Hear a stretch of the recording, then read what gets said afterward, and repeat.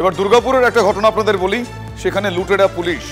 কেন বলছি তার কারণ গাড়ি থামিয়ে ব্যবসায়ীর কাছ থেকে 1 কোটি টাকা লুটের অভিযোগ উঠছে পুলিশের বিরুদ্ধে। Fair and bright night and day cream ত্বক থাকবে ব্রাইট সারাদিন, পলিউশন ফ্রি, ঠিক যেন রাতের ফোঁটা সাদা ফুল। সারাদিন হ্যাপি ব্রাইট স্কিন। কলকাতায় আসছিলেন দিল্লির এক ব্যবসায়ী। তল্লাশির নাম করে গাড়ি থামাতে বলে অভিযুক্ত পুলিশ কর্মীরা ভয় দেখিয়ে ব্যবসায়ীর থেকে টাকা লুট করে নেন তারা।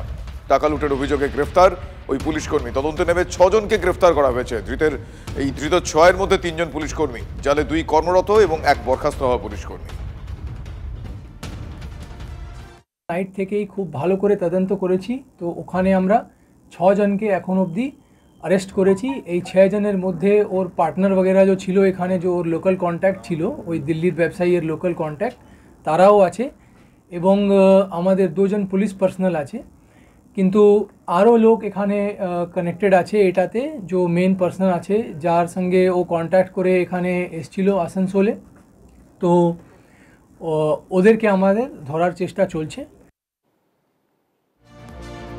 অন্যদিকে উল্টো ছবিও রয়েছে। সেক্ষেত্রে পুলিশকেও আক্রান্ত হতে হয় এবং রাতের শহরে খান্না ক্রসিং, সেখানে 2 বাইক আরোহী, তাদের মধ্যে একটা বচসা চলছিল। পুলিশ তাদেরকে থামাতে যায়।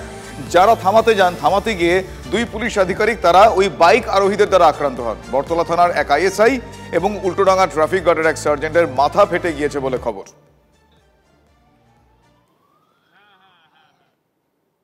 একটা দুটো বাইকে ধাক্কা লেগেছিল, সেটাতে ওদের মধ্যে মিটমাট করাতে যাচ্ছিলাম, ওরা মাঝখান থেকে চলে এসে জিনিসটা এই ঘটনা ঘটিয়েছে। আপনি আরেকজন ইনজিওর হয়েছে, আরেকজন ইনজিওর হয়েছে, আমাদের একজন সার্জেন্ট স্যার ইনজিওর হয়েছেন, উনি ওনার হাতে লেগেছে।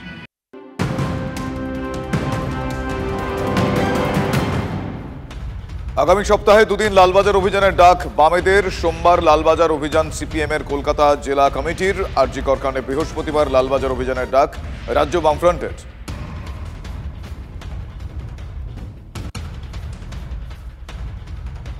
তিলোত্তমার জন্য সুবিচার চাই এবং এই তিলোত্তমা কাণ্ডের প্রতিবাদ বিভিন্নভাবে বিভিন্ন সময় বিভিন্ন রকমভাবে দেখা যাচ্ছে। গণেশ পুজোতেও সেই ছবি দেখতে পাওয়া গেল। শিলিগুড়িতে গণেশ পুজো, সেখানে গণেশকে কালো কাপড় পরানো হলো, কালো পোশাক পরানো হলো প্রতিবাদ স্বরূপ। মণ্ডপ সজ্জাতেও কালো কাপড়ের ব্যবহার। নারী সুরক্ষার কথা ভেবে তাদের নীরব প্রতিবাদ, এমনটাই উদ্যোক্তারা জানাচ্ছে।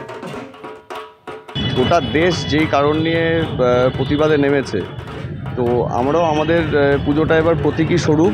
নারী আন্দোলন যেটা এখন চলছে, নারী সুরক্ষার জন্য যে আন্দোলন চলছে সারা দেশে তথা পশ্চিমবঙ্গে, সেটারই একটা সমর্থন স্বরূপ আমরা এবার আমাদের পুজোটা যতটা সম্ভব, যতটা পারা যায় আড়ম্বরহীন করার চেষ্টা করেছি, যাতে আমরা সেই প্রতিবাদে সামিল হতে পারি আমাদের মতো করে। আমাদের এবার গণেশ মূর্তি রয়েছে, গণেশের মূর্তি পোশাকও আমরা কালোই রাখার চেষ্টা করেছি এবার। এবং প্যান্ডেলটা আপনি দেখবেন আমাদের পুরো থিমটাই এবার কালোই করা হয়েছে, একটা শোক জ্ঞাপন এবং একটা প্রতিবাদ স্বরূপ। তিলোত্তমা ধর্ষণ খুনের প্রতিবাদ গণেশ পুজোতেও সেই ছবি আপনাদের দেখালাম।